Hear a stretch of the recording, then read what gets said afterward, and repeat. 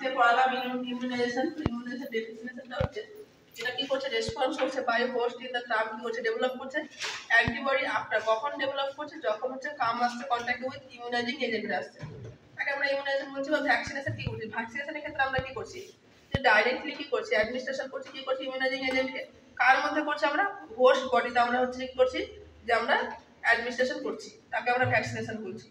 এবার আমরা কখন কাকে ফুললি ইমিউনাইজ কখন বলবো, যখন একটা চাইল্ড কি করবে, যে আপ টু 1 ইয়ার পর্যন্ত যা ভ্যাকসিন আছে সব ভ্যাকসিন কি করবে, নেবে, তাকে আমরা কি বলছি, ফুললি ইমিউনাইজ বলছি।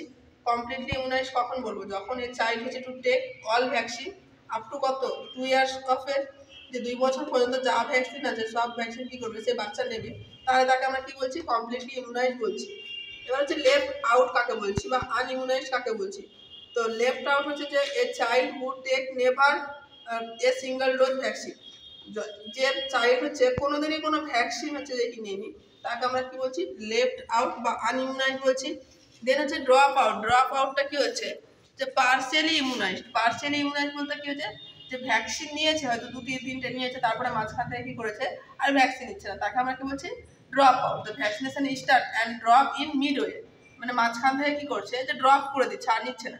এবার আমরা 2 ধরনের ভ্যাকসিন পাচ্ছি, একটা হচ্ছে লাইভ ভ্যাকসিন, একটা হচ্ছে কিল ভ্যাকসিন।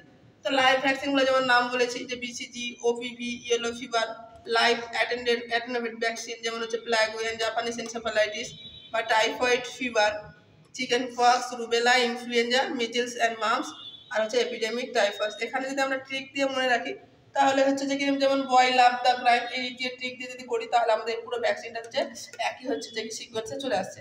এগুলো হচ্ছে সব কি হচ্ছে, লাইভ ভ্যাকসিন। দেন হচ্ছে কিল ভ্যাকসিন। কিল ভ্যাকসিন কি কি, hepatitis A, hepatitis B, cholera vaccine, rabies vaccine, IPV, Salk vaccine, pertussis বা মেনিঙ্গোকক্কাল, পিসিবি, নিউমোকক্কাল, ডিপিটি, এই সমস্ত ভ্যাকসিনগুলো হচ্ছে কিল ভ্যাকসিন। তো আজকে এই পর্যন্ত।